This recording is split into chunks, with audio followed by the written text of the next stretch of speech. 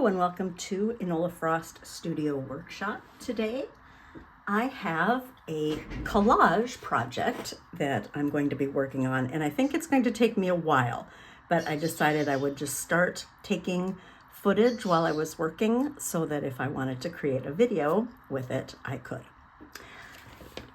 So I did a certain project. It actually just had a fruit motif and then a lot of abstract stuff with it that used an image that I printed and then used as a basis for collage.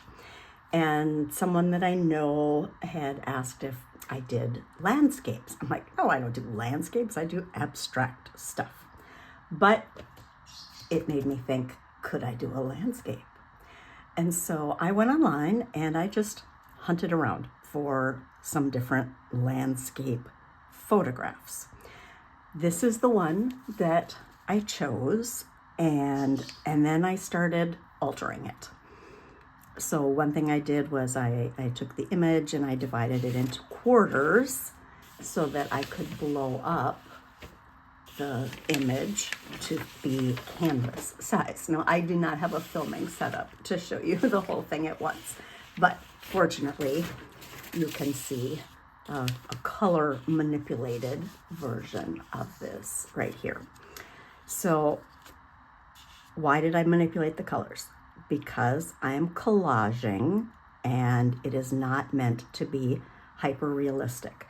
What helps me out when I'm collaging is a significant difference between colors in the composition so that I can choose different colors and tones of collage papers. So I really played with this one until I had a lot of contrast between what were a lot of sort of mid-tones in the original picture. You're going to be along for the ride while I figure this out. And this is only the second time I've done something remotely like this, so maybe there will be a blooper reel. I'm not sure. So the first thing I want to do is I want to use the color image to start mapping out a number of kind of color areas on the black and white picture, because this is the size that I want to get to. And what I learned last time is it works better if you build and put smaller shapes on top of larger ones rather than trying to do intricate cuts and puzzle the smaller pieces into the larger pieces. So with that in mind, the first thing I'm seeing is the dominant light background.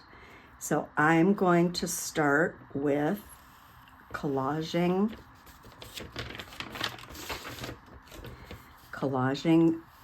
my sky area, but I'm really going to do it over pretty much the upper, a little more than half of my canvas. And so that's just what I'm sketching out here, so I get an idea of how big of an area I need to cover. In the original image, it was a very, very, very light grayish blue sky. I think I like the idea of something a little brighter, which is part of the reason I landed at this when I was doing color adjustments. So I have previously just done a bunch of gel prints in blues, greens, brownish black, a little bit of yellow, and I'm going to start piecing them together. I'm going to be putting my final project on a 13 by, sorry, I'm banging into my camera setup, a 13 by 13 stretch canvas. This is a very inexpensive one because I don't sell my art or anything. I just do art because it means love to me. And as I'm looking at this, I will be capturing some of the limbs up here at the top, and sadly I'll be losing some of the flowers at the bottom. So as I'm starting, I am just going to cover my canvas in, I guess, what am I going to do? I could use gesso, but I think it's actually coated sufficiently. I think I might just go directly in with the collage papers. So I just want a very light background, and I'm going to do about 2/3 of the square canvas so that it matches up. These are the prints that I pulled that I think I'll be using. This one obviously is quite a lot brighter than the others, so it may be in the middle, and then I may go to the lighter tones as I go out. So I did my 2 areas that I want to be that brightest blue, and what I chose was a slightly darker area that was the shadow to the clouds. And I don't know if you can see this, probably not. I labeled the deli paper. I wrote the word up because it's really easy to get confused when you can see through the paper. So I labeled it up, and then I did write bright blue on those 2 shapes. Then I just turned my deli paper, and the next color that was easiest for me to differentiate was the white of the clouds. So I just overlaid the deli paper and did my white clouds. I'm going to need more than 1 sheet to make the large area, and that is no problem, especially since you can see right through these. So I got another piece of deli paper, which for my purposes right now might as well be called tracing paper, but it is actually the same deli paper that I use for doing prints, pulling prints. And I am not a very precise person, so I'm making allowances for that. Where the colors are going to butt up against each other, I know my cutting is not going to be so precise that I should not give a bit of a margin. So I'm cutting this second margin a little deeper into the other. I don't know if that's going to make sense, but I gave myself room so that I only have to cut one of the colors fairly exactly, and I can just overlay it on the other one, and you won't see spaces between the pieces of paper. So I have a couple of areas that I'm going to start working with. Now, as you see, these are not very dark. They're easy enough for me to see while I'm working, and they're not great for you to see on the video. But now what I'll do is I will take the colors and I will overlay the sheet onto the section of my gel print that I want to cut out. And as I'm looking at this, it says to me, definitely need to bring in a Sharpie. So I'll do that before I continue.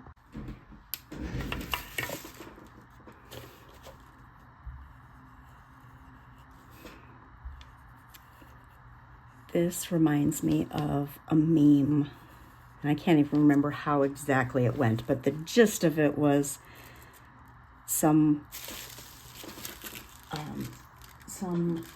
some lines of work, people steal things from the office to bring home. And when you're a teacher, you steal things from home to bring in to the office. And these Sharpies are a little bit like that, except that I just paid my own money out of my own pocket, ordered them on Amazon, got them and brought them into school. But this time I actually needed to steal back my Sharpies. So I got a couple of fresh Sharpies to use here at home, and that makes me happy.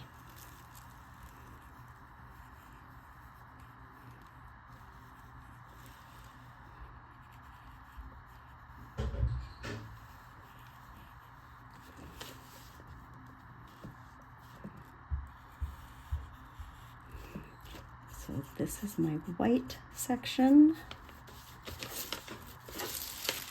and these two smaller areas are the bright blue.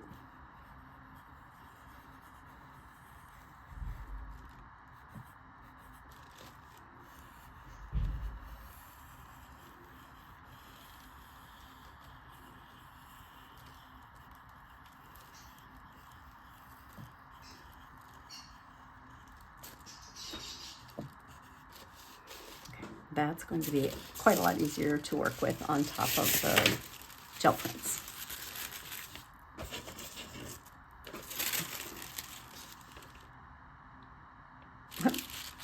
Can't remember.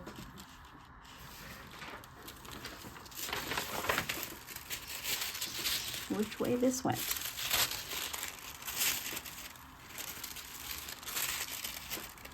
There we go.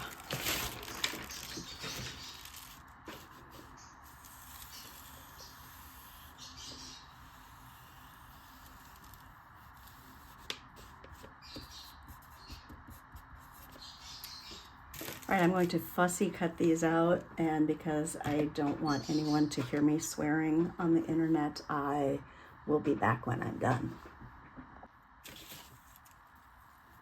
Okay, although I'm inclined to be a teacher, just because that, I guess, is who I am, it feels funny trying to teach this because it's a little bit like the blind leading the blind. I am still very much in an experimental stage. But it is something I don't think I've seen other people share on YouTube, so it seemed like it was perhaps worthwhile.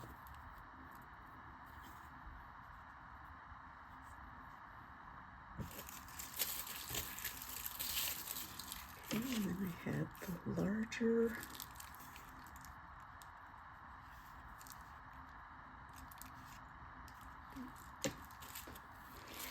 and I know I don't need to be very careful in this section because I will definitely be trimming that and covering it with a very dark color. And then the other area of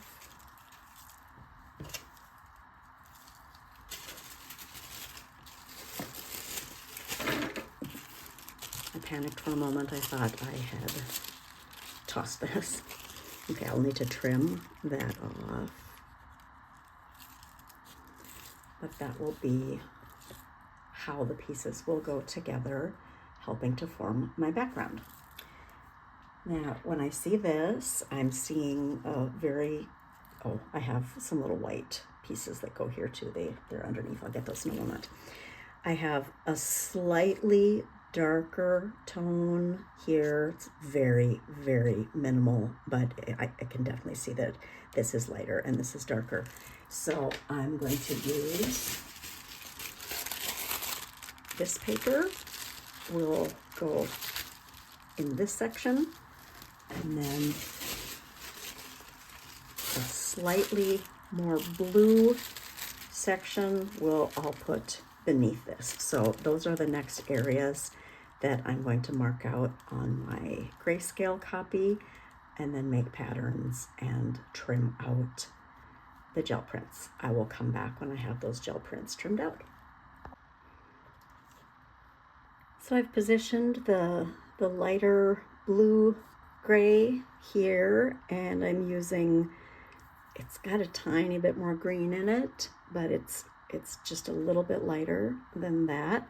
And this is basically, I need to trim some in here, but this is basically going to be the background for the top 2/3 or so of the canvas. And I think at this point, I'm safe collaging these papers down, trying to make sure I leave enough to wrap on the edges. I have to remember to do that.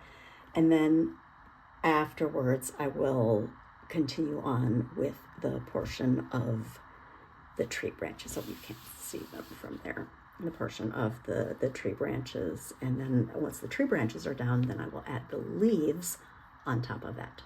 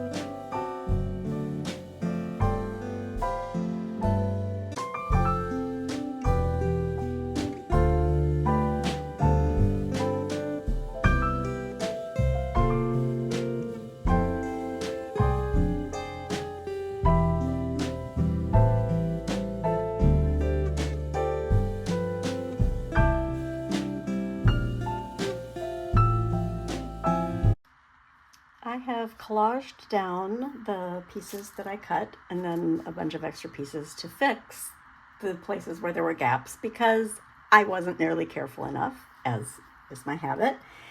And this is a moment where I am saying to myself, trust the process, because right now this doesn't look like anything at all.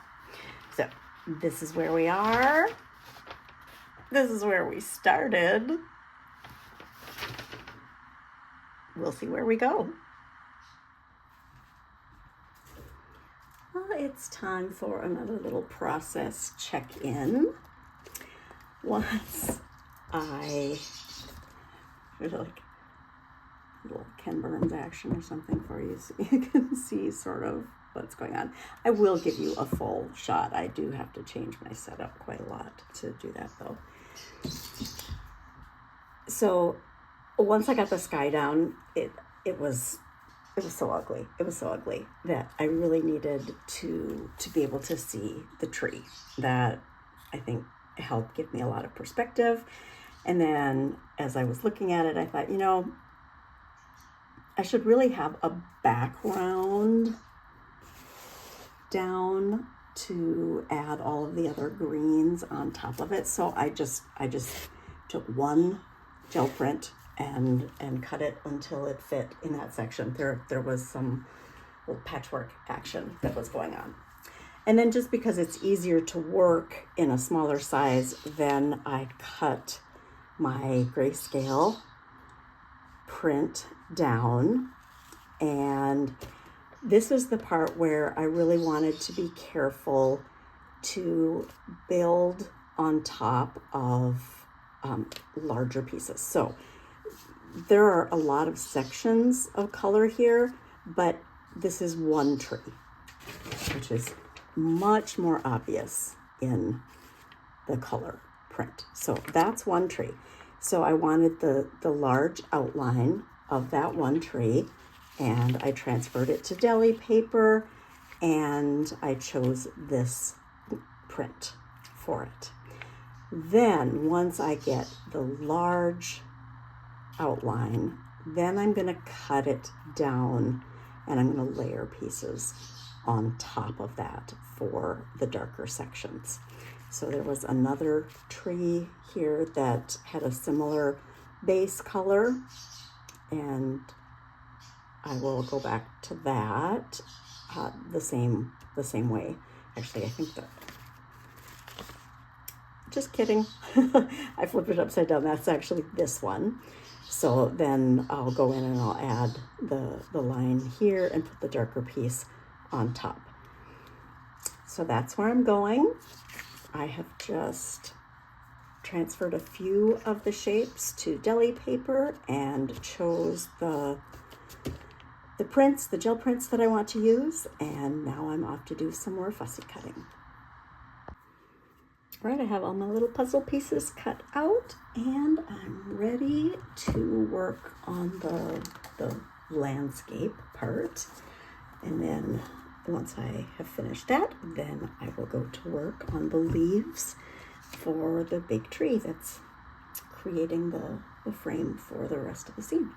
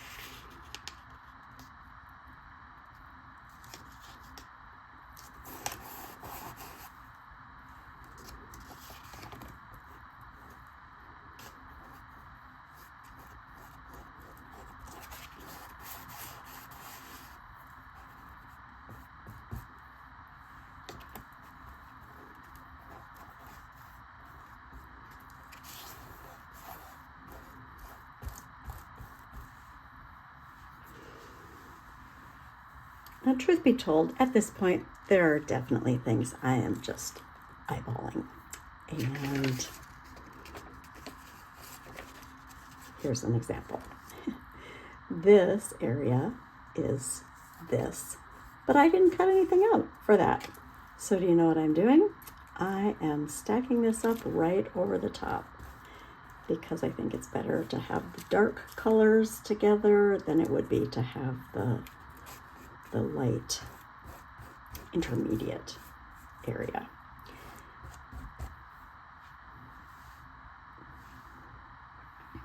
This area comes behind this tree here. This is definitely where my exactness really just completely falls apart. Like, it looks like it should fit in there. Okay, great, fine.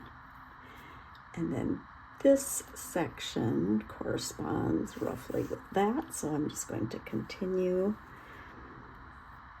out from the darker area here.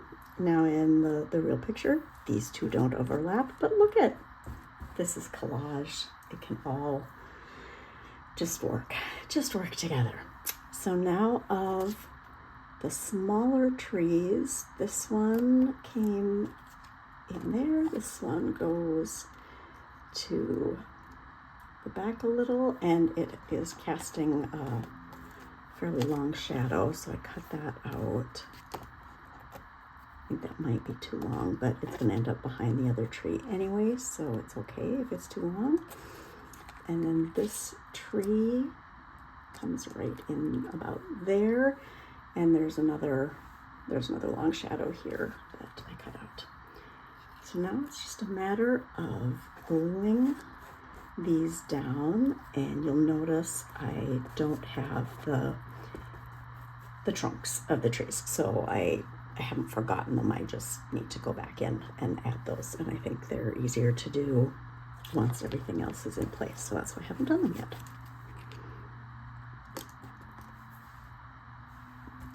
I'm very happy with the gel prints that I did in advance of the project. I'm having a really easy time using the ones that I did. I was just kind of doing a variety of greens, making sure I had some different tonal quality in them, making sure that some was a little more yellow green, that some was a little more bright green, and that some were on the blue green side. and it seems to have worked out pretty decently. I even have some extras.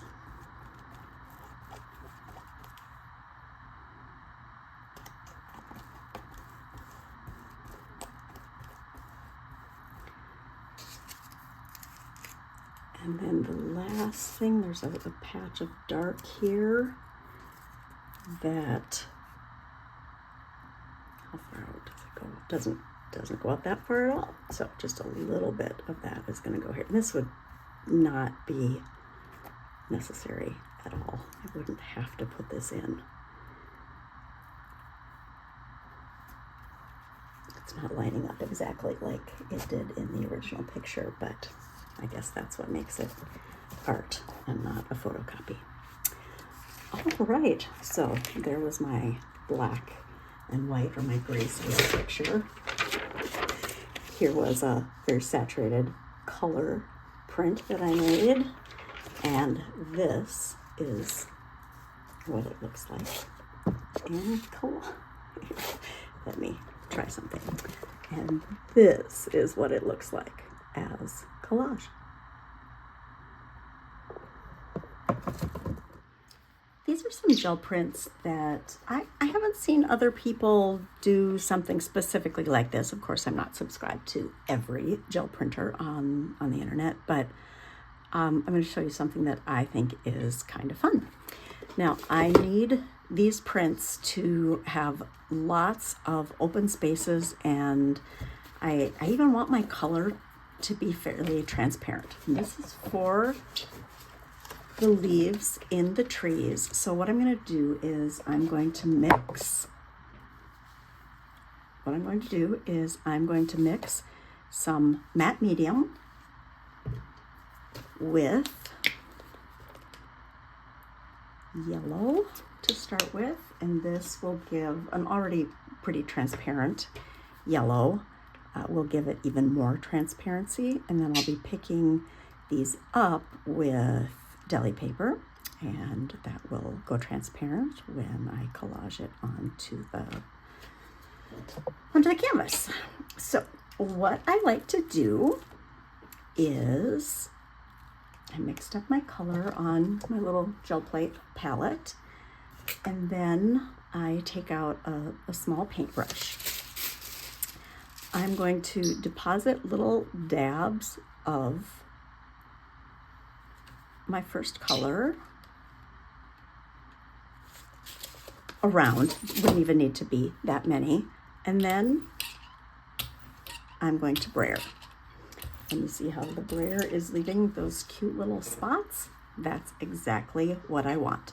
I do need to make sure these dry in between the application of colors, so I will come back and show you when they are dry.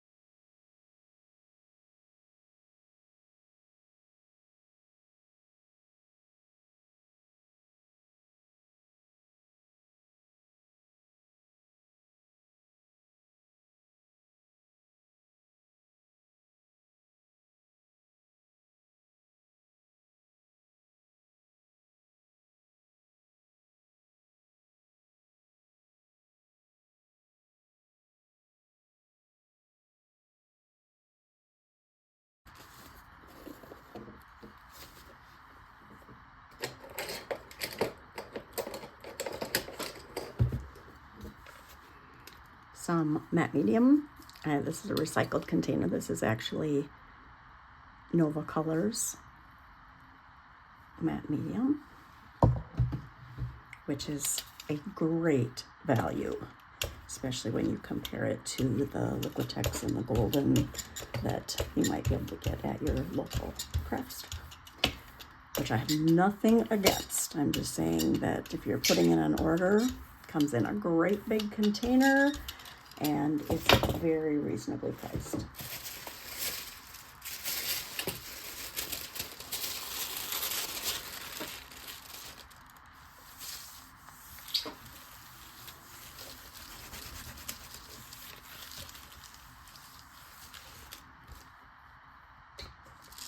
Right, time for the fun.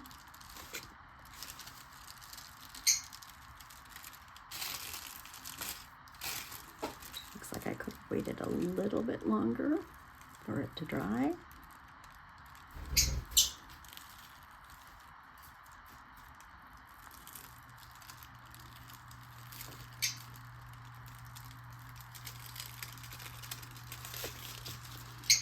And I think this will give a great leaf effect.